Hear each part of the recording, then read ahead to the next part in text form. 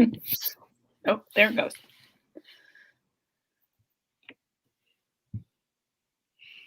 Hi, and welcome to our scheduling meeting. We're glad that you took time to come and learn more about how to schedule your 8th grader for next year. We're excited for them to be high schoolers, and I'm sure you are excited and a little bit nervous.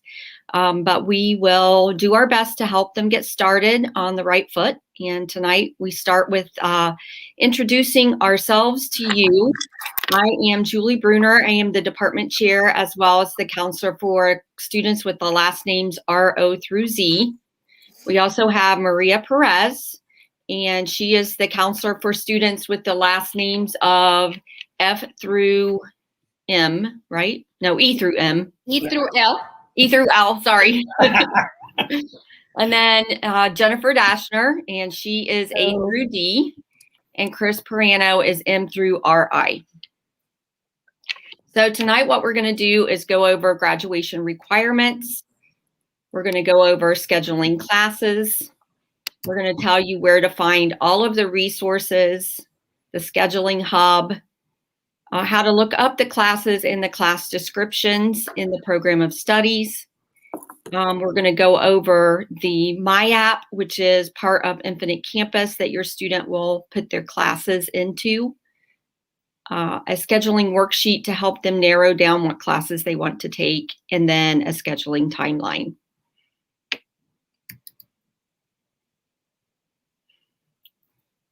You saw us already, but here we are again. And you also see Mrs. Som, who is our registrar. She takes care of all of our new students and all student records.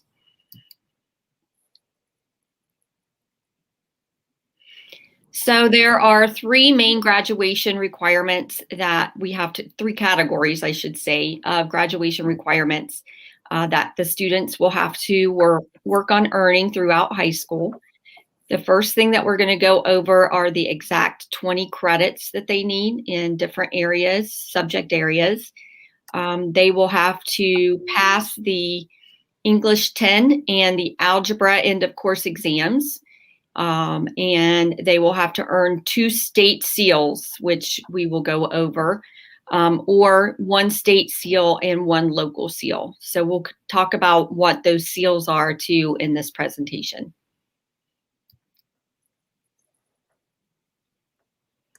So Mrs. Perez is going to go over with you all of the classes that your son or daughter will need to take during high school. Hello, everyone. Thanks for joining us. I'm Ms. Perez, and I will be talking to you about the classes that the students will need in order to graduate from high school.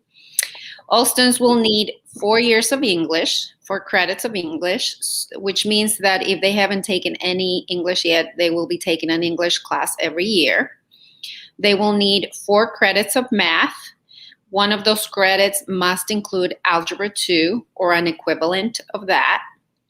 They will need 3 credits of social studies, and they must be specific to world history, American history, economics, and American government, or a POD, what is called Principles of Democracy.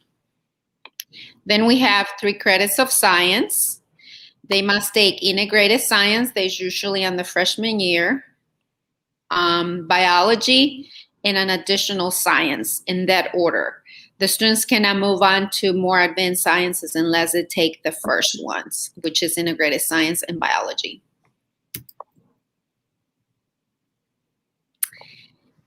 Then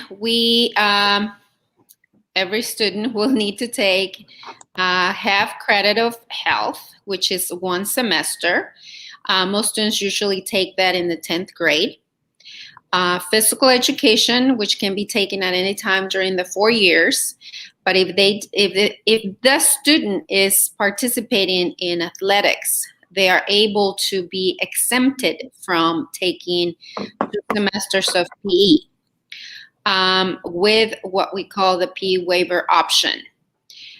With this PE waiver option, the students are excused from taking physical education, but they do not earn credit for that. They have to make up this credit with additional electives. So in their plan, in Infinite Campus is going to show us missing the credit, but they do have been excused or exempted from taking the 2 semesters of PE. Fine arts, everyone must have 1 full credit of fine arts from any of the art department courses, theater department courses. The music department, also our photography classes are counted as one of our fine arts classes. Electives, anything that you take additional than what I mentioned. For example, there could be a student that may double up in science in their junior or senior year, and you might end up with 5 credits of science or 4 credits of science. That 4th credit becomes an elective because it's no longer needed for graduation. This also includes world languages and any other academics beyond required, like I said, like the integrated, like the science credit or math or anything else.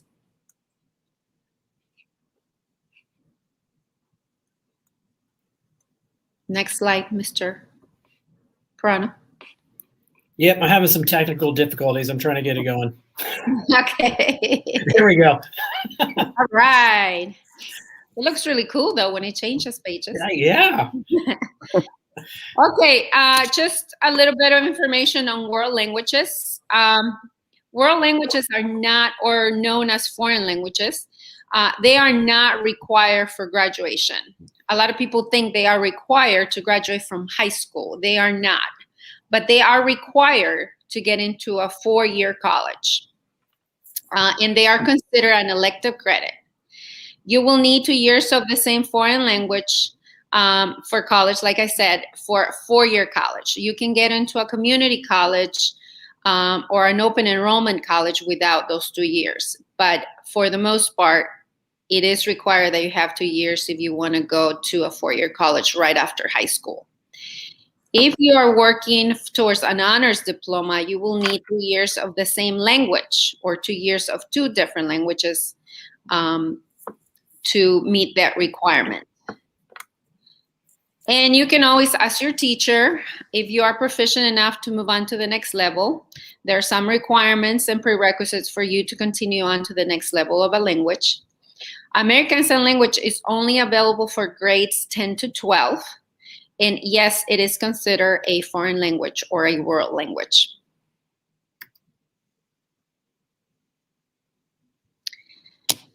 Besides of the classes that I mentioned, and as Mrs. Brunner mentioned earlier, there are other requirements that all students will need in order to graduate from high school. These are state mandated tests and of course exams.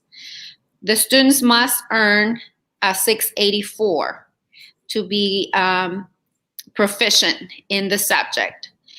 Algebra and the Algebra State End of Course exam, and the English 2, which is English 10 on the sophomore year state End of Course exam.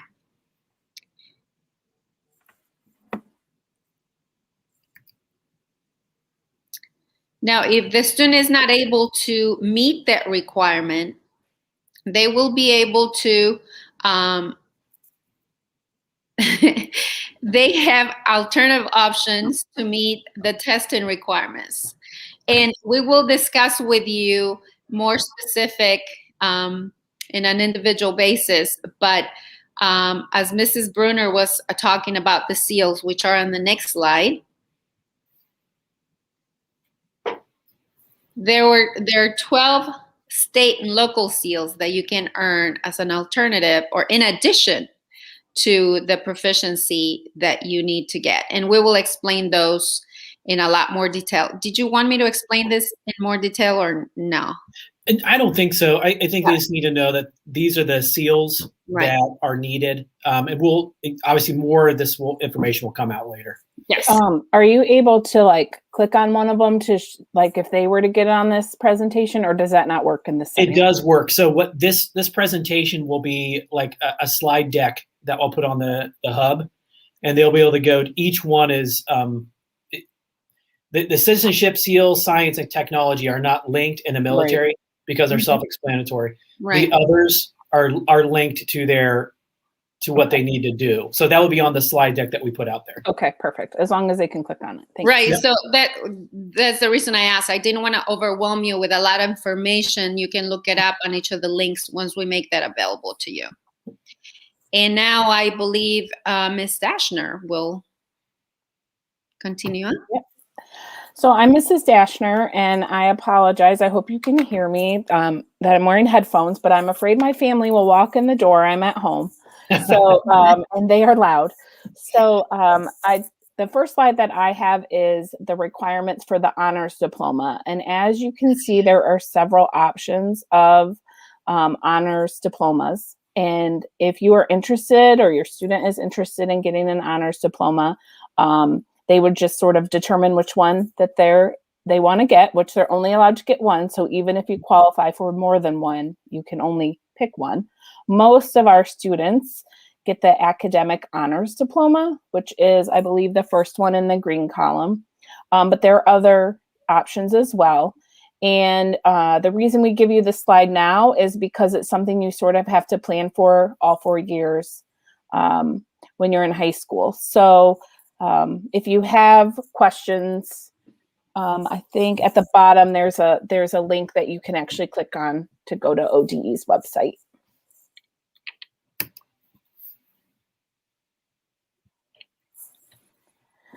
All right, so then the next slide I have is the College Credit Plus and AP slide. So if you are a student or you have a student that is interested in taking an extremely rigorous course load, these types of classes fall under that category. So College Credit Plus, another term you might know is dual enrollment, but College Credit Plus is a program in Ohio that you take a semester course that's worth 1 high school credit.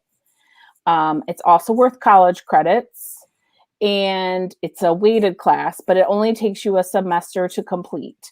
So it is weighted on a 5.0 scale. So if you get an A in that course, in a college course, you would get a 5.0 as opposed to a 4.0.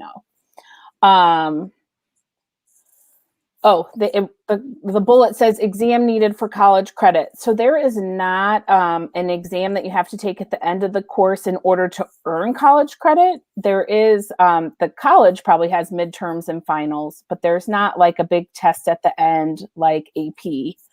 And this is a free opportunity for our students 7 through 12. So if you, most of you probably, since you're in junior high, haven't taken the college courses, but if you are interested, it is free unless you fail the course, unfortunately, then you do get charged the tuition. And then there is an application process, and you must apply and be accepted by the college in order to actually take these classes. And just so you know, there's a couple options. There's courses that we offer in our building that are considered College Credit Plus. You may have seen them in the course guide, like Comp 1. I can't even think of another one right now. College Algebra. Those courses are in our building with our teachers. You can also have the opportunity to take the courses through the college on their campus or online. And so since most 9th graders aren't driving, they do not usually take the classes at the college campus. So AP testing or advanced placement, sorry, not testing, advanced placement classes, those are called AP. You may have seen AP European History in the course guide for a freshman, or AP Human Geography. Those are year-long classes. You get 1 high school credit. They are also weighted at a 5.0, just like the college courses. But at the end of the school year in May, there is an exam that students need to take in order to earn the college credit. So you do have to get a certain score for the colleges to accept it as college credit. So those are $95 per exam. And when I'm thinking of freshmen, there are not very many AP options. But as you get older, we have at least 2 classes that have 2 tests in the class. So you would have to pay $95 for each of those. For example, that would be like AP Economics. There's a micro test and a macro test. But for freshmen, there would just, I think, unless you're taking an AP English course, the only options are AP Human Geography and AP European History. There is no application process required for AP courses, so anyone can take them if you want to push yourself. Obviously, we recommend the most rigorous course load you think you can handle. I just want to say one more thing about the College Credit Plus. Those classes, our teachers, the ones that we offer here at the school, our teachers teach them, but they have to meet certain requirements to be approved as college teachers. And so the other big difference is that they only want to communicate with the students. They consider it a college class. So even though the student might be only 14, 15 years old, they're still depending on the student to be able to do all the communication with the teacher, and the parents are not involved with that. The emails are sent to the students, not to the parents. So, and you actually sign off when you apply that that is going to happen. So it's not the teacher not wanting to answer you. It's actually the law that they have to follow, or the policy. I don't know if it's really law. It's law. Okay, look. Okay.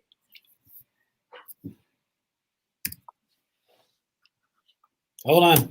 There we go. Okay. Okay, so College Credit Plus information, if you click on this link when you get your slides, it will take you to the Pickerington website where all the College Credit Plus information is. So for instance, there's a form you have to fill out, like an intent form, and then there's the directions on applying. This year we've made a change, and I believe all of our classes are through Marian Technical College, which is on the campus of Marian, Ohio State University, Marian. So the ones that are through our school. So that's just probably the biggest difference from last year. And then any College Credit Plus questions, we have an actual coordinator in the district that handles all that. And his name is Dean Sabetta, and his email is there. And he is fantastic at responding quickly. He will call you if you have questions, and parents can reach out to him for questions. We don't want to scare the parents away or anything, but he's a great resource to help you narrow down those college choices.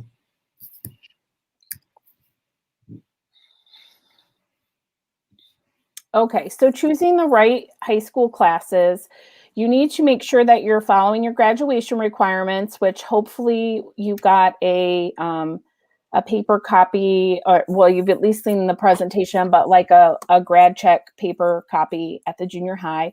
So you want to make sure that you're kind of following that in order to take the correct courses. You want to make sure that you take 6 courses each semester. We prefer you take 7 if possible, but just otherwise you'll have a couple study halls. But 6 classes keeps you eligible. It just helps you out. Check with your current teachers about placements. So I know that they don't work in our building, but they may be able to say, hey, I think you should try this honors, try pre-AP English 9 instead of regular English 9. Consider the college requirements. So both obviously how we were talking about CCP, you have to meet their requirements, but consider the actual colleges that you may be interested in attending one day. What do they want? Do they want you to have 3 years of a foreign language? Well, then you should probably sign up for one. Check the prerequisites. So some of our courses you are not able to take as a freshman. So an example of that would be American Sign Language. That is only offered to 10th, 11th, and 12th graders. So make sure you sign up for courses that you can actually stay in, because what happens is we have to take you out and then we have to put you in something that you might not like because you just have to fill your schedule. Let's see. Oh, eligibility requirements. I know this year it's been a little different with eligibility for sports, but I would assume that next year we'll go back to normal, where you have to be passing 5 or more classes, which is why we tell you to take 6, and 1.75 GPA, I believe is what it is. So make sure that you are taking enough courses so that you are not risking a chance of being ineligible, I guess is what I'm trying to say. And then the program of studies that is on the website, there's a course offering section, and that lists all the different courses that we offer. Please use that. It helps you make good decisions on what you should be taking. You know, obviously some classes you don't get to pick yourself because you have to take an English, math, social studies, but the electives, make sure you're picking something that you want to take, because we are unable to make changes based off what you pick this week when you're registering.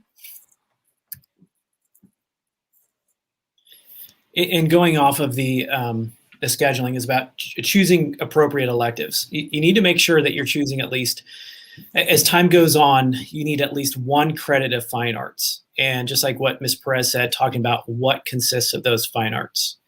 World language is considered an elective and also strongly encouraged for college acceptance. So they want that minimum 2 years at least for college acceptance. And also it's a part of that honors diploma requirement, which is right below. You need 4 additional elective credits that are required for a high school diploma. And you'll hear this common theme of view all of your elective offerings and look at your information in the program of studies. It's really important that you read that program of studies. It's very easy to get to, and we'll show you a couple different ways to get there. But, you know, a lot of times people just go off the title, and it's really important that you read the description of the class and you know what you're signing up for.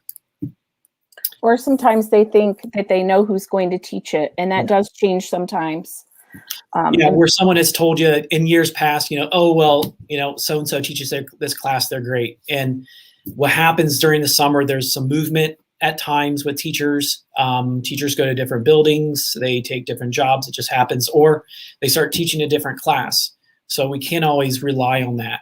And we talk about choosing our classes carefully, is that we can't change it just because you change your mind. We really want you to take ownership of that research and watch that. So reasons why we can change. If you need to balance classes between semesters, say you end up with 8 classes one semester and 5 another, well, we can help balance that out.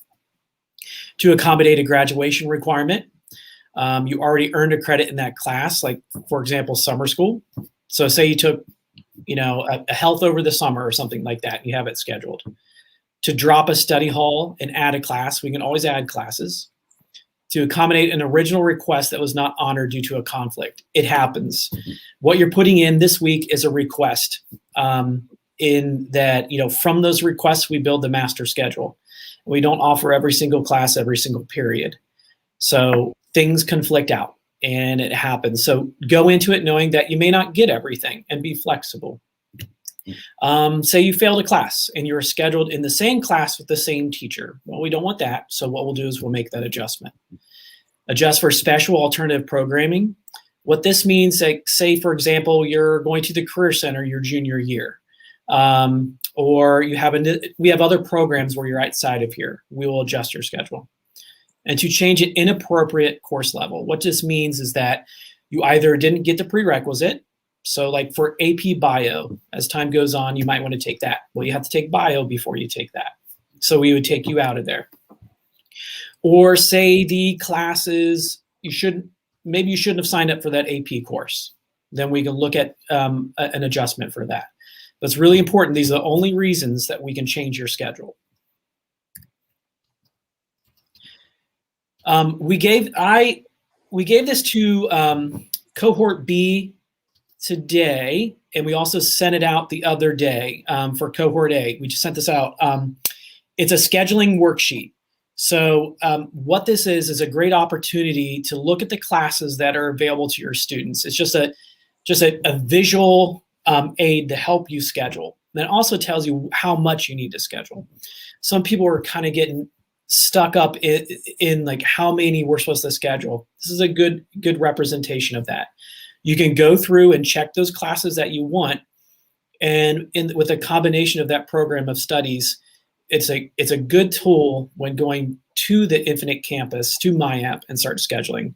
So everyone has access to this. This is in the the scheduling hub, and we'll show you where that is as well. But this is a great resource to use when you start doing your scheduling. So what do we need for scheduling? This is what we need. You need to have the scheduling sheet. So we have two scheduling sheets. We have one where you can kind of look at what your year might look like, and we also have the one you just saw. And these are all found in the scheduling hub that's been sent out a couple times. Electronic copy of the program of studies. That's very easy to find. All you have to do is go to the Pickerington Local School District website. In the top left-hand corner, there's the high school scheduling link. It's in blue. It's at the very top. You go to there, and then course, I think it's program of studies. That's the link. You go right in there, and it breaks it down by the academic area. And you go right in there and start reading about the classes. So the sheet, go to program of studies. Now, if you need a copy of a transcript, the reason you would need this is to make sure you're not signing up for the same classes. And you can find this in your My App. And usually you have a transcript if you've taken a course for high school credit. And, you know, those are those classes like Gifted English 9, Integrated Science, PE, Foreign Language. There's several, and you would know these. And you can always go to your Infinite Campus and pull that transcript to see if you have any high school credits. Can I clarify just that if you're taking it presently, it was not going to show up on your transcript right now. If you took some 7th grade, they will be there already. But because you're not finished with what you're taking currently, it will not show up in your transcript. But look at your schedule, and you should know what you're taking for high school credit. That's a good point, and that it doesn't show up, and that's kind of a hiccup where everyone thinks it should be on there, but isn't done until the very end. And then access to your Infinite Campus student portal. When I went around today, because I was in the building today at Ridgeview, a lot of students were on there. I think this year being what it is, everyone knows how to access their Infinite Campus. So I don't think we're going to have any problems with that. But if you do, you can always go to put in a help ticket, and they can help you out with that. So on the scheduling worksheet, you know, this is an organizational tool. And why do we use this? Just like what Mrs. Dashner said, we want you to have at least 6 classes per semester, if not 7. This ensures eligibility and that you're getting the credits you need to move forward. So what do we need? We need a full course. We need a full year of English, so an English 9 or whatever it is you're going into, a math, a science, and that's typically integrated science, just like what Mrs. Perez said, a social studies course. This is typically world history, but there are some you can take other than that. And then you need some electives. So those electives can be either a foreign language, which is a full year course, or choir or marching band and concert band, or 2 semester half courses, 2 semester half year courses. So I'll give you that 5. So you have, I'm pointing at my screen like you can see what I'm doing. Sorry. I'm counting them up for you. So you, as you see, it has 1, 2, 3, 4, 5. And then that 6 is another year-long course or 2 semester courses, and then an extra class. Study halls and lunches are scheduled for you. You don't have to worry about that. Okay, so you put all these requests in, and then we build it around there. And if you can elect to forego a study hall and take extra classes if you want to. And again, it's super important that you guys read the program of studies and know exactly what you're asking. I had a couple questions today, like what is TV broadcasting, or what is journalism, or I don't know what it is. All those are available on the program of studies. I don't know all the courses, but this is a great opportunity for you guys to start looking at those courses. The scheduling hub, like everyone else has a scheduling hub, we do too. And you can access it here. And what's on there? Everything we've discussed today and more. We have the program of studies. We have all these presentations. So the presentations that your students watched, you know, the day 1 and day 2 of their cohort, they're available there. And even in that presentation, I do a walkthrough of how to schedule. We aren't going to do that today, but there is a walkthrough of the schedule. It's about a 17-minute video, and you can see exactly how you walk through and schedule your student. the worksheet, honors diploma information, everything you need for high school scheduling is on that hub. And you can go to this link that we have right here in front of you. And again, I think that's been sent home a couple times, and we also have it on this slide deck will also be available soon. And then our Google Classroom, this is for the class of 2025. This information is available in there as well if you want to use this access code to get on there. So the scheduling hub is your one-stop shop for all of the information you have here. And then I just want to say one more thing about the Google Classroom class of 2025. We use each graduating class has their own Google Classroom. And so the class of 2025 will get information from their school counselors on this as a resource for them all through high school.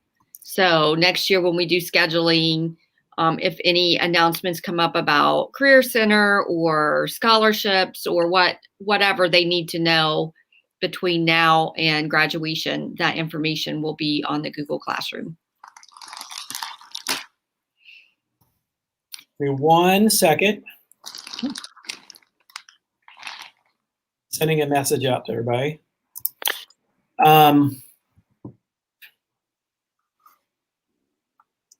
Questions. So the scheduling timeline, what do we have left? So today is I'm looking at my schedule, my watch like I know what day it is. It's the 15th. I was at the Ridgeview today during lunches at E&I. So I went to everyone's E&I for them to have an opportunity to ask me questions. Right now, you're taking part of the scheduling meeting. And then on the 17th, a counselor will be at Ridgeview, do exactly what we did today for cohort B, to go through the E&Is and answer any questions that they have. And then on the 18th, that's coming up, all rising freshmen, that's you guys, schedule requests are due in Infinite Campus. All right, so you guys have a little bit of time to get that done. And what we just like to reinforce is that we're available to you. All this information is available to you online. If something doesn't get answered, you can always talk to your school counselor at Ridgeview, or you can contact your assigned school counselor here. I'd be more than happy to help you. So what we're going to do right now is we're going to, if you can start putting your questions in the comment section on the side. It takes a minute for it to kind of get to us. So if you just be patient with us while we get those, and we're just going to go around and answer as many questions as we can. So I'll start with Vinci. There's a bunch about PE. Okay, we can go through that. Does the PE waiver need completed yearly? No, it does not. It does not need to be completed yearly. Is that right, guys? Yeah, just right twice. after the sports, twice. Right after the sport is done. Does marching band count as for PE credit? Marching band counts as marching band, but it is counted as a sport approved to exempt it from PE credit. So you don't get 2 credits for band. You only get credit for band, but you may use marching band to be exempted from taking PE. I didn't know what order we're going in. It's okay. Should I go next? Okay. Yes. Then the next one is, we didn't plan that through very well. No. Does each sport you play count as 0.5 of a credit? So the PE waivers do not ever count as credit. They just excuse you from taking PE. So you will still have to get an additional half credit somewhere. And that will go in electives because you still need the 20 credits to graduate. But you just have to do the PE waiver 2 times after 2 seasons of a sport. So if you happen to play 2 sports your freshman year, then you can go ahead and turn in the waiver. If you play only 1 freshman year, 1 sophomore year, then just turn it in then. You have to turn it in when the season is over. We can't accept them prior. What is the cost if the student fails the course for College Credit Plus? That's going to vary depending on how many credit hours the class is worth and what college it's from. It's a significant cost. I'm thinking $300 to $500, something in that area. Yeah, 900. Even up to 900. Okay. So it just depends, like I said, on where the credit is coming from, how many hours it is. And if you want more specific information on that, email Mr. Sabata and he can give that to you. So I'll answer the questions about the date. So hold on a second here. I know when the questions come in, it moves it. Yeah, it moves it a little bit. Oh, the date for you going over to Ridgeview is the question. So I will be over at Ridgeview on Thursday for cohort B. And then I believe we also have something Wednesday for our VLA students. There's a typo on our timeline. It says the 17th. It should say the 18th. Okay. So I think that's the issue. They thought we were coming for their kids on the cohort B kids, but right. We also have on the 17th, we have advising for 8th graders who are in VLA. Yeah, I'll fix that. I think they're asking like if they can get, so we will be there on that day that it's due. That was a typo on my part. So we will have, I'll go over there with Mrs. Bruner as well on Thursday, and there'll be 2 counselors in the building to get cohort B questions answered. And additionally, there are ways you can always contact us, contact your assigned school counselor, and ask your questions.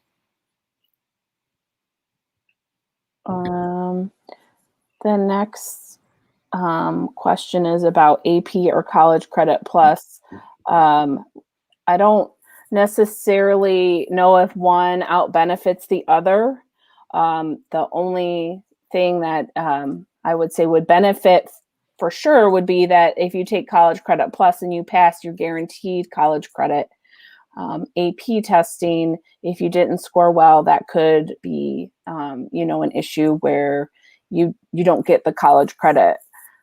I don't know. Anyone else want to weigh in on that? For the College Credit Plus, you have to get a C or better to get credit. To get college credit. To get college credit. You will get high school credit with a D, but not for college credit. So those are 2 different things. And then for the disadvantage of College Credit Plus is that if you get a C, that goes in your college transcript even before you start college. Mm-hmm. So that's one that parents and students don't think about. But for AP, there's nothing that goes into your college record until you go to the college and decide to use that as a credit if you get a 3 or higher on the AP test. And with the AP versus CCP discussion, no one size doesn't fit all. And it's important to look at yourself as a student and find out what's best for you. I know everyone kind of like sits around the court and talks about how many CCP classes they took. And I think it's more important to take a step back and look at yourself and see what's best for you. Take a little bit AP, take a little bit of CCP, and find out what works best for you. And who knows what's best? It's just take a little bit. Do you all recommend 6 classes per semester? Yes, that's what we've been saying. Yeah. 6 classes per semester is the minimum we'd want. 7 is also very good. If someone is currently taking high school credit PE course and wants to take an additional PE, is it designed as to what can be taken different PE courses available to the schedule? Designated as to what. Okay. So I believe the high school PE just says PE, and then the junior high PE just says PE, and then the high school PE classes are lifetime fitness, lifetime sports, physical conditioning, and team sports. So they can pick any of those. It doesn't matter which one. And it's also okay if they took a PE at the junior high, but then they play a sport and they decide to use the waiver. Then you just have that one outlier PE just on your But you have to transcript. have 2 seasons of Right. a sport. You can't do a combination of one Right. sport in one class. Right. Back to the due date, guys. That is 100% my fault. It's that I'll own that. It's the 19th that it's due. My bad. So we will put that out that the 19th is the due date, so everyone can have plenty of time. Sorry about that. I was just able to join and not sure if that has been covered or not. Will summer P be offered this upcoming summer? We believe so. We do not have the final say from the district office yet, so we don't have dates. So we don't want to say yes for sure because we don't have that information. But every year they have been offering it for years. So I don't see it being differently this year, especially with COVID and students needing courses. I would assume so. But as soon as we get the information in our building, we will send out, through Mrs. Tenenbaum sends out the newsletter every week as far as the summer school information. Okay. Are we on the health? Did we Yes. miss anyone? Okay. Can health be taken online through BYU like in years past? So it can be taken online at cost to you through BYU. And we do count that as a class, right? I mean, I always have. Yes. Okay. Yeah. So it would count as one class on their schedule. You have what's different this last 3 or 4 years is that the student has to fill out a credit flex application for that, and it's on the website also. And you have to be enrolled before we can count it as your class. Right. So.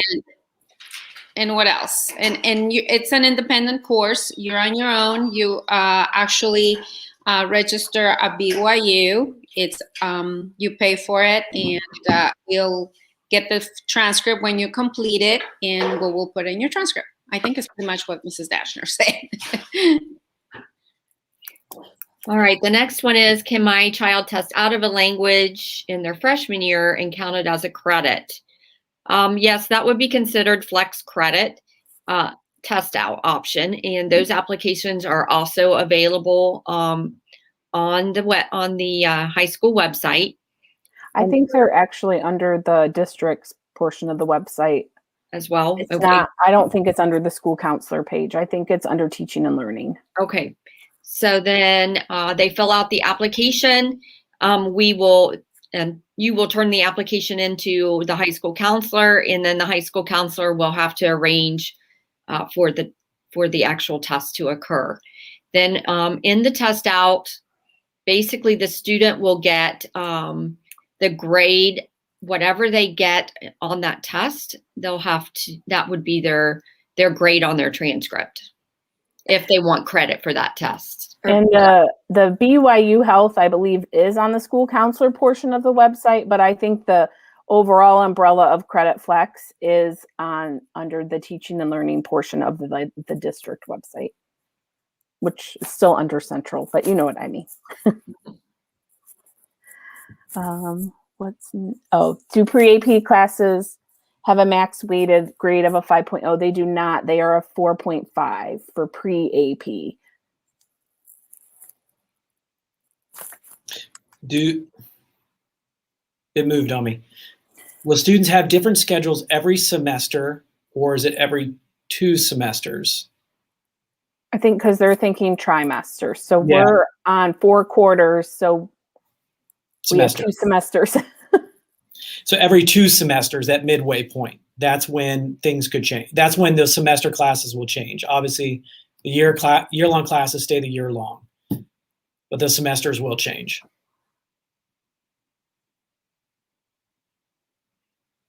Someone wants to know, do they have to plan all 4 years on the academic planner? No. It's okay if you do. We like that. But if you don't, that's okay. It will lock, right, everybody? That's right. It will lock whenever your deadline is, the 19th. And then it probably you won't be able to make changes until we register again. But I mean, it's a real easy fix. If you change your mind, you just ask your counselor to unlock something. It's a great tool to help you plan for your 4 years with us.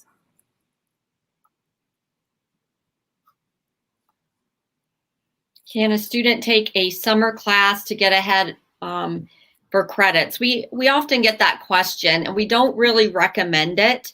However, a few students like the health class, like summer phys ed, and I have brought up to our summer school coordinator that I thought it would be a really good service for our students to have integrated science in the summer if they didn't get a chance to take that in 8th grade when they wanted to. But like we said, we don't have the summer school information yet. Most of our summer school credits are credit recovery, which means that the students had to have taken the class and failed it, and then they repeat it for credit.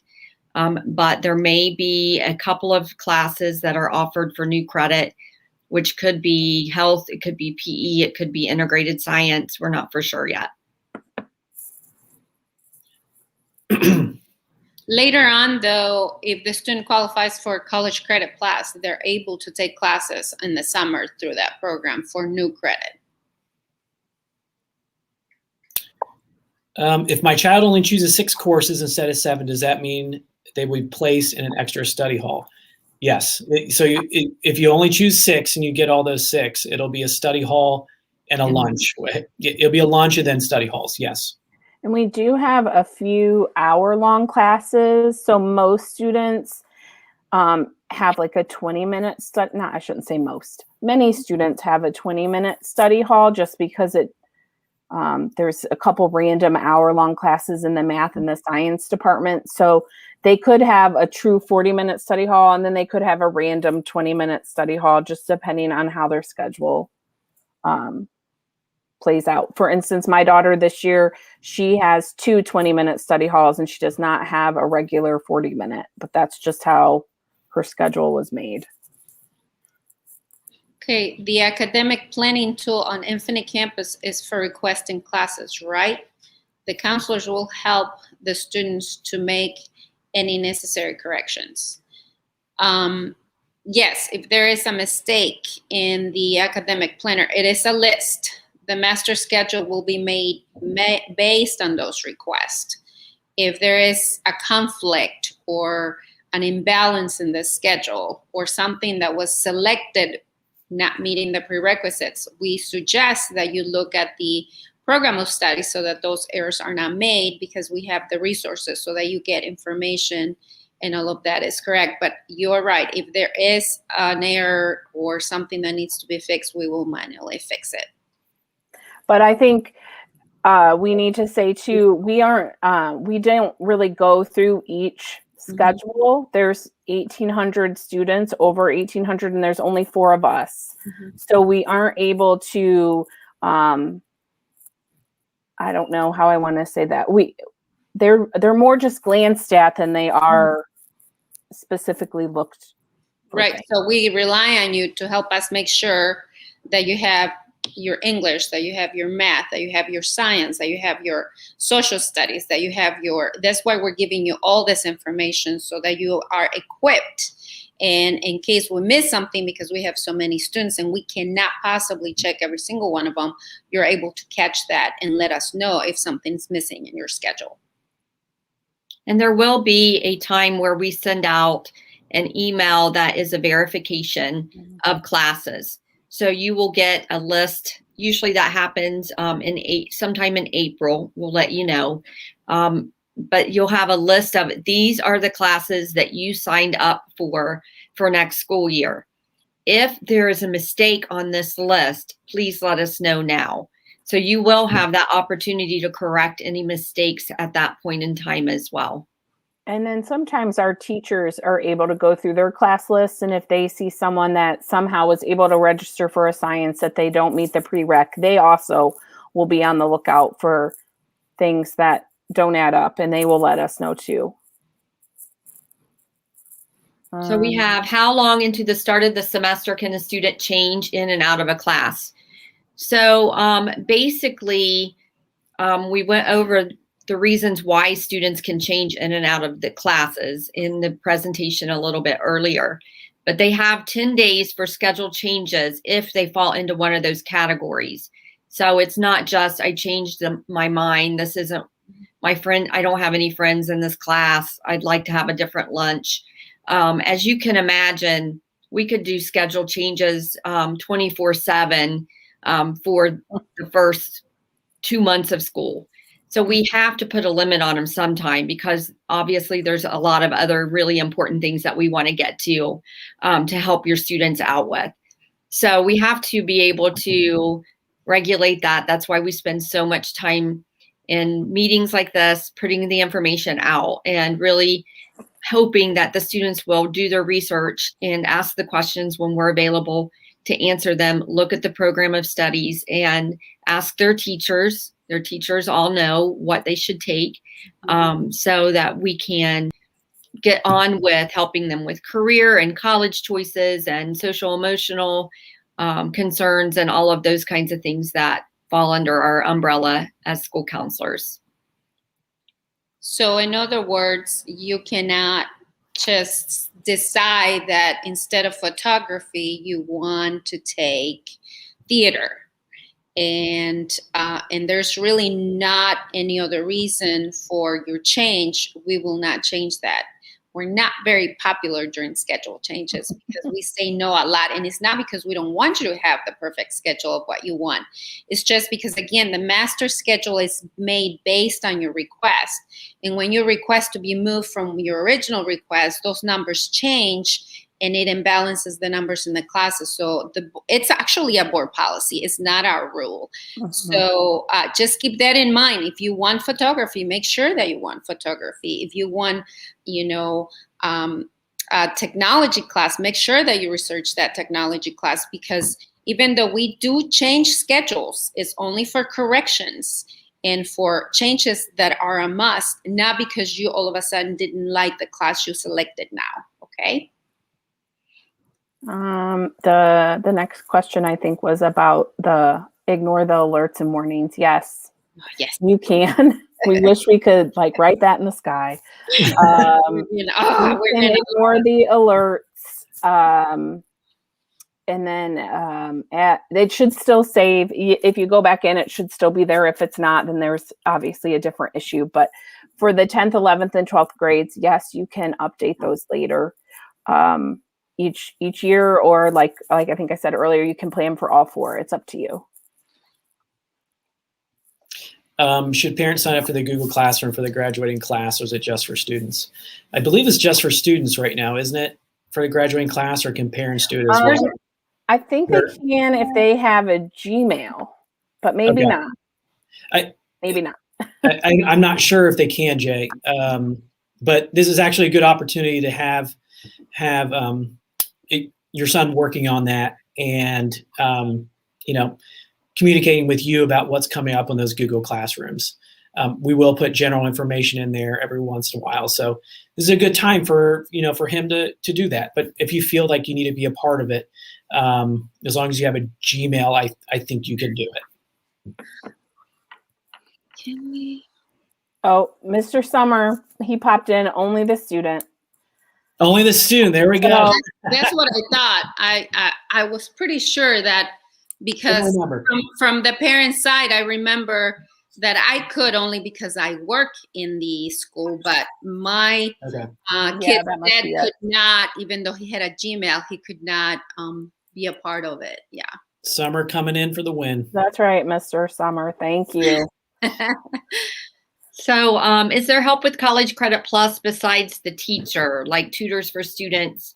So when your child goes to college, all the colleges have student learning centers and tutor centers. So there would be help for the student if they're taking a class on the college campus. So for example, if they take classes at Columbus State, they would have access to the Student Tutor Center just like any other college student would have access. if they're taking the class CCP here at the school, then the teacher would be the person that they would need to get help from. We don't have a lot of student tutors. We don't have a lot of students that take CCP like ahead of time to be able to be a student tutor. So it would be the teacher that the student would need to ask for help from if it's a CCP class that's here at the school. If you plan taking summer PE, should we just leave the part blank on our scheduling? I would say no. Take the class if you want to take PE, because there are several factors that could happen that because it's very intense, if you end up doing a vacation during that time, or the class doesn't happen, or the student gets ill, that they cannot participate in, because after missing a day or two, I don't think they get the credit. I would definitely say put in the class, and then that's when we correct it. If we get the summer course, great, then we can drop it manually. But that would be. The next question is about if a teacher recommends a higher level course and that you didn't put that in the schedule. So if they recommend it and you want to do it, please go in and change it now if possible. We are able to change it later, but those classes do fill up. So you can't really be wishy-washy about it. You just need to make a decision and stick with it.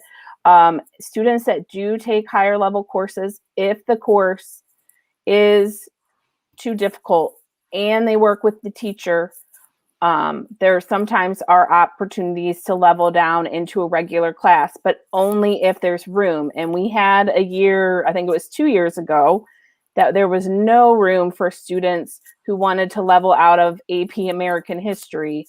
We did not have any room in regular American history for students. So, you just have to think long and hard, and you have to just know that the honors courses are tough. They are going to require a lot of extra work, and they move at a faster pace. But if a teacher recommends it and you don't want to do that, that's fine. You don't have to. You can take whatever course you'd like. Oh, band. Oh, that's a, I don't know. What do we put for the second band? For band, we put there should be a band that is called Symphonic Band. It's concert band. Concert band. Let's put marching band and concert band. Yeah. And we'll figure it out later. You will have to audition for it, and then Mr. Stowe will send us the list of where you belong, and we will fix it before second semester, or at the beginning of second semester, like we did this year. So just so you know, like with the jazz band, that's in addition to marching band and concert band. So you have marching band, concert band, and then jazz band. So it's two different courses. So just be aware of that.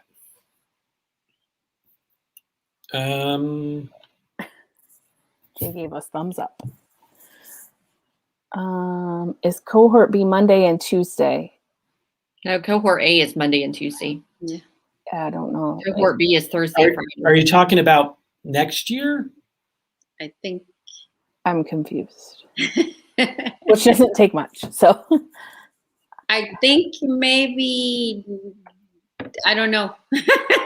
Yeah, I don't know. We're going to have cohorts next year, but yeah, hopefully we're not going to have cohorts in a couple weeks. If you're asking about the cohorts for this year, cohort A is Monday and Tuesday, cohort B and Thursday and Friday.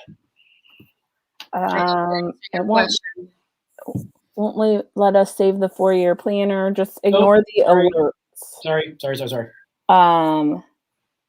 It won't allow. Okay, so you can contact your counselor at the junior high, and they can add in the course for Spanish 3, even though it won't let you, even though you're in Spanish 2. If you email the counselor at Ridgeview, she'll be able to add it. You don't need to wait until next year. I don't know about instruments. I do. Okay. Yeah. Dang it, I keep on missing My out. children Sorry. have been in marching band. You have to provide your own instrument. You have to buy the instrument. They are expensive. My daughter played the saxophone for 4 years and it cost $2,000, just so that you know. They do break down and you need to repair. I'm not trying to scare you. I'm trying to prepare you. It's worth it though. It's a great part to be, it's a great band and it's a great activity to be a part of. Lots of friendships, lots of fun, but you do have to provide your own instrument. About VLA. Who wants to answer that? We don't really know how VLA is going to work next year yet. There has been some talk that the core classes will be virtual and the elective classes will be done virtual, but there's no final plans for the VLA yet.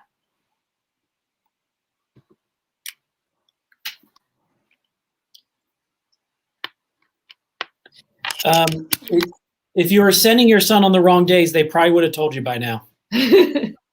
Ask your counselor, where does he belong? Or in Infinite Campus, he will tell you right at the top by his name if he's cohort A for Mondays and Tuesday or if he's cohort B.